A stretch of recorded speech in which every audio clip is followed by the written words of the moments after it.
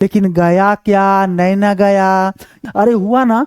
इसी परिवर्तन को बोलते हैं प्रकाश का अपवर्तन। को फ्रेंडा को दोस्ताइन को। मेरे प्यारे बच्चे, आज आप लोग को हम प्रकाश का अपवर्तन तथा इसके नियम को आज बताने वाले हैं, क्योंकि बोर्ड एग्जाम में साइंस में ये मोस्ट इम्पोर्टेंट क्वेश्चन होता है। हमेशा यह क्वेश्चन पूछते रहता है। और प्रकाश के अपवर्तन के दूसरा जो नियम होता है ना, उसी दूसरे नियम को हम स्नेल का नियम भी कहते हैं। तो चलिए आज हम इस क्वेश्चन को डिटेल्स में पढ़ेंगे। तो आइए, तो मेरे प्यारे बच्चे, और अभी तक जो हमारे चैनल पर न्यू आए हैं, चैनल को सब्सक्राइब जरूर कर दीजिएगा, क्योंकि जैसे आपका जो है सब्सक्राइब का कोटा पूरा होगा, हम तुरंत इस चैनल पर लाइव क्लास भी लेने लगेंगे। चलिए, तो प्रकाश का अपवर्तन का नियम, ये आपका वीवीआई क्वेश्चन है। तो आपका क्वेश्चन क्या है, प्रकाश का अपवर्तन क्या है तथा इसके कितने नियम होते हैं, इसको लिखें।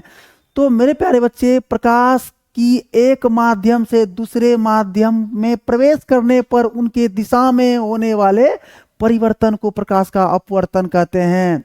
जैसे कि मान लीजिए, मतलब एक माध्यम से दूसरे माध्यम में, तो मान लीजिए ना, आपका माध्यम कैसा हो सकता है, विरल से सघन या सघन से विरल हो सकता है ना जी।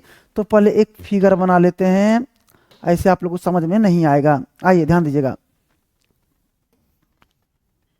मान लीजिए मेरे प्यारे बच्चे, ये आपका ऊपर में कोई दूसरा माध्यम है। मान लेते ये विरल माध्यम है। कौन माध्यम है? विरल माध्यम है। कौन माध्यम है? विरल माध्यम है। नीचे कौन माध्यम है? नीचे सघन माध्यम। मान लीजिए ऊपर हवा है, नीचे क्या है? जल है ना। मान लीजिए ना कोई कांच ही है ना, तो सघन माध्यम है। कौन माध्यम है? सघन माध्यम है। कौन माध्यम है पगला?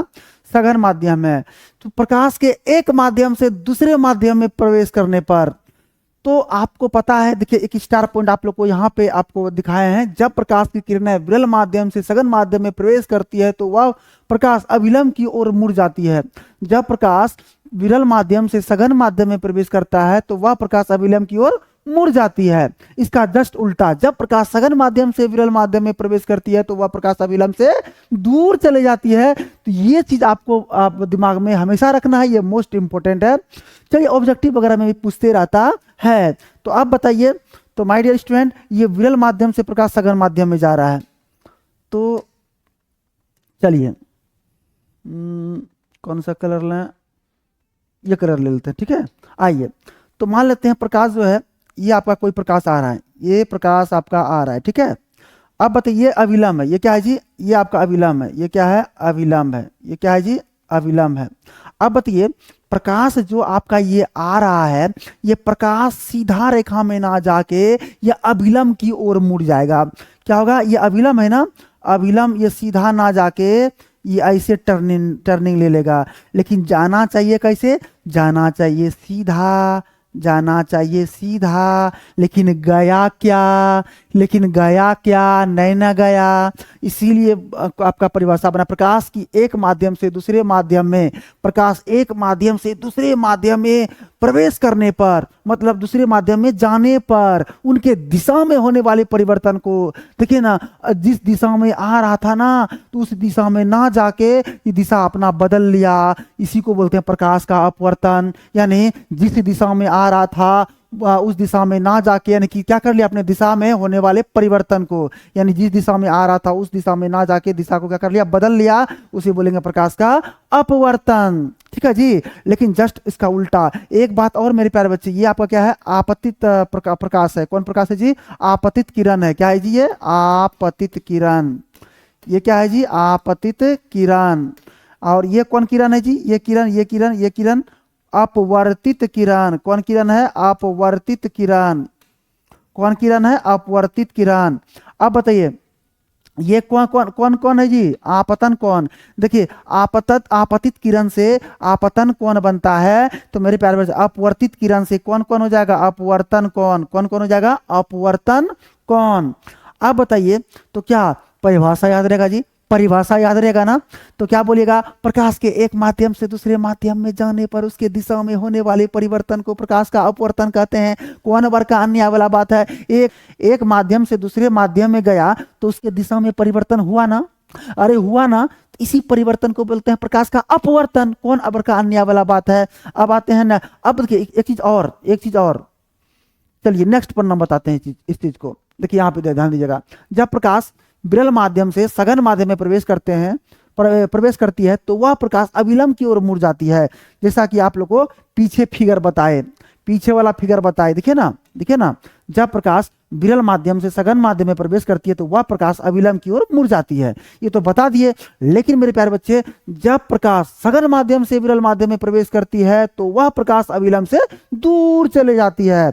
यानी आपका हम इसका फिगर भी बता देते हैं, तो मान लेते हैं। चलिए आइए, जब प्रकाश सघन माध्यम से यह अविलंब मान लेते हैं, ये क्या है, अविलंब है, ये क्या है, अविलंब है, ठीक है जी, ये क्या है, अविलंब है। तो अब बताइए, ये आप लिख दीजिए यहाँ पे सघन माध्यम, कौन माध्यम है, ये सघन माध्यम है, कौन माध्यम है, सघन माध्यम है। और ये कौन माध्यम है, विरल माध्यम है, कौन माध्यम है, विरल माध्यम है, कौन माध्यम है, विरल माध्यम है। जब प्रकाश सघन माध्यम से विरल माध्यम में प्रवेश करता है तो वह प्रकाश अविलंब से दूर चले जाता है। अब बताइए, अविलंब से दूर भेज दीजिए प्रकाश को, अविलंब से दूर भेज दीजिए। अब बताइए क्या होगा, जाना चाहिए सीधा, लेकिन सीधा ना जाके थोड़ा टेढ़ा उधर चला गया, अविलंब से दूर चला गया है।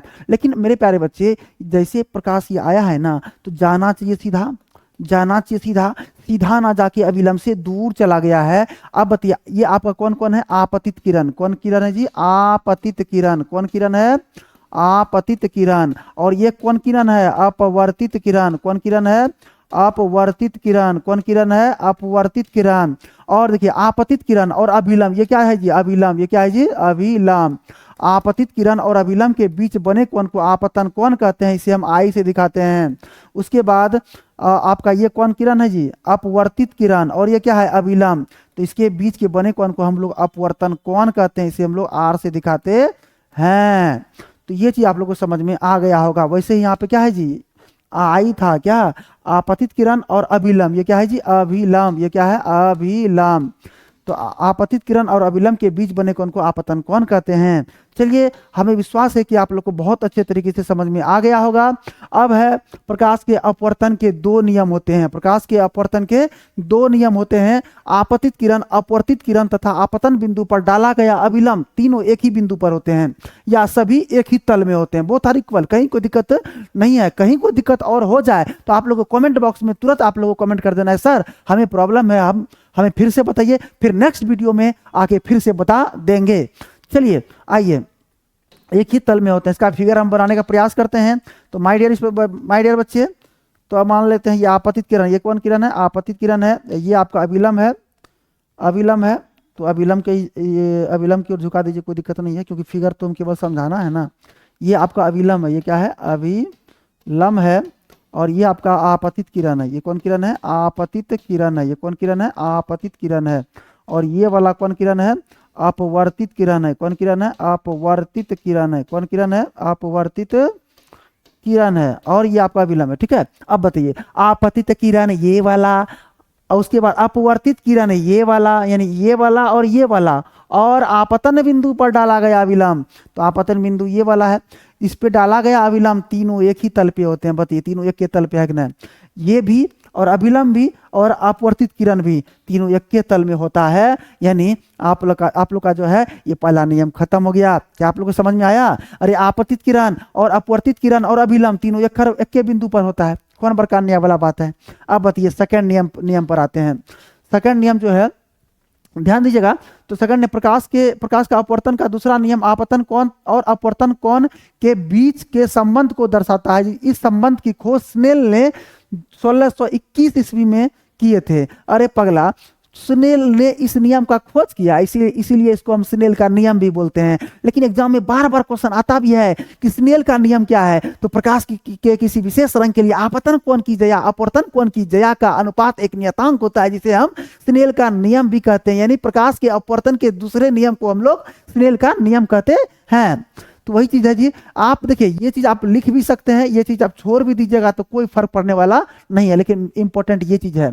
और ये बोल रहा है, प्रकाश का अपवर्तन का दूसरा नियम आपतन कोण और अपवर्तन कोण के बीच के संबंध को दिखाता है, और इस संबंध की खोज जो है 1621 ईस्वी में स्नेल ने किए थे। अब बताइए, प्रकाश के किसी विशेष रंग के लिए आपतन कोण की जया, आपतन कोण को माई से दिखाते हैं, ठीक है। आपतन कोण की जया, जया बोले तो साइन, जया का मतलब क्या था, साइन। चलिए ठीक है, लिख दिए। अपवर्तन कोण की जया, अपवर्तन कोण को आर से दिखाते हैं, जया मतलब साइन। का अनुपात, अनुपात बोले तो बटा, का अनुपात एक नियतांक होता है जिसे हम स्नेल का नियम कहते हैं, और इस नियतांक को हम लोग म्यू से दिखाते हैं। कैसे दिखाते हैं, म्यू से, यानी म्यू बराबर साइन आई बटा साइन आर होता है। यानी आपतन कोण की जया, अपवर्तन कोण की जया का अनुपात एक नियतांक होता है जिसे हम लोग म्यू से दिखाते हैं। इसे ही प्रकाश के अपवर्तन का दूसरा नियम कहते हैं, इसे आप स्नेल का नियम भी कहते हैं। क्या मेरे प्यारे प्यारे बच्चे समझ में आ चुका है ना? यदि समझ में आ चुका है तो आप लोग फटाफट मेरे चैनल को सब्सक्राइब कर दीजिएगा, और अपने दोस्त को, फ्रेंडा को, दोस्ताइन को इस वीडियो को धड़ाधड़ शेयर कर देना है, ताकि जो है आपका यह चैनल कुछ ही दिनों में आपका 1K हो जाए। तो मेरे प्यारे प्यारे बच्चे, आज के लिए इतना ही, फिर नेक्स्ट टॉपिक में नेक्स्ट डे मिलेंगे। बाय बाय, टाटा, जय हिंद।